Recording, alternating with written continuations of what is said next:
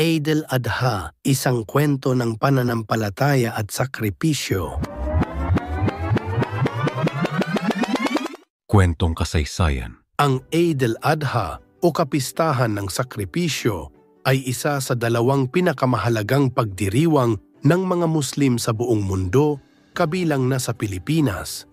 Ang kasaysayan ng pagdiriwang na ito ay may ugat sa malalim na pananampalataya at matibay na pagsunod sa kalooban ng Diyos.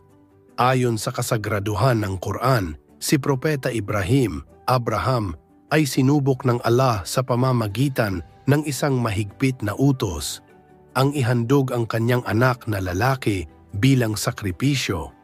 Bagamat labis ang pagmamahal ni Ibrahim sa kanyang anak, pinili niyang sumunod sa Diyos bilang tanda ng kanyang pananampalataya at katapatan. Subalit bago maisagawa ang sakripisyo, pinigilan siya ng Diyos at pinalitan ang bata ng isang tupa.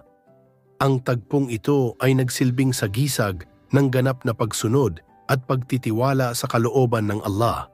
Sa paggunita ng pangyayaring ito, taon-taon ay nagkakaloob ang mga Muslim ng hain o sakripisyal na hayop tulad ng kambing, baka o tupa.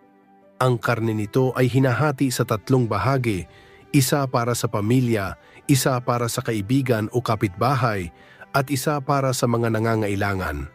Ang gawaing ito ay hindi lamang pagsunod sa relihiyosong utos, kundi pagpapakita rin ng malasakit, pagkakawanggawa at pagkakaisa.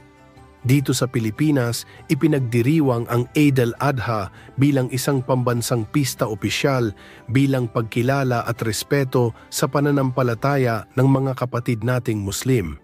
Sa mga lugar tulad ng Bangsamoro at iba pang Muslim-majority communities, isinasagawa ang panalangin sa masjid, ang pag-aalay ng hayop at mga pagtitipon ng pamilya. Ang Eid al-Adha ay higit pa sa isang kapistahan. Isa itong paalala ng tunay na kahulugan ng pananampalataya, pagsasakripisyo para sa mas mataas na layunin, at ang halaga ng pagtutulungan at pagkakawanggawa sa lipunan.